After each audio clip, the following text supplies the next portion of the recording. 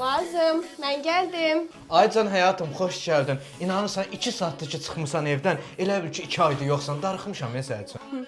Neynədin? Evləri səliqəyə saldın? Hə, hər şey eləmişəm. Bir dənə pollar qalıb, onları da siləcəm. Bir də ki sənin paltarları ipdən açmışam, şkafa səliqəli yığmışam. Hə, bir də deyəsən sən bayılacam şampunza sifariş vermişdin, kuryerdən təhvil almışam. Onları hamamda polkaya yığmışam. Halaldır mənim ərimə.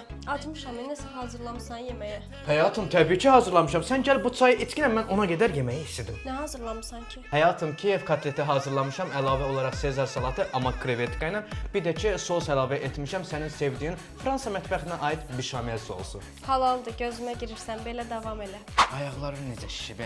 Buna gələn mənə gəlsin. Da yaxşı, ağ eləmə, bağışladım səni, amma bir də axırıncı dəfə olsun ki, anon gili məndən xəbərsiz bizə çağırırsan, yoxsa başva itin oyununa açaram. Yaxşı, yaxşı həyatım, o nə deməkdir? Bundan sonra sən nə dedinsə qanundur. Hətta mamam gəzən gəlib deyəcəm ki, bizə gəlmək istəyirsiniz, birinci Fatimədən icazə alın. Yaxşı?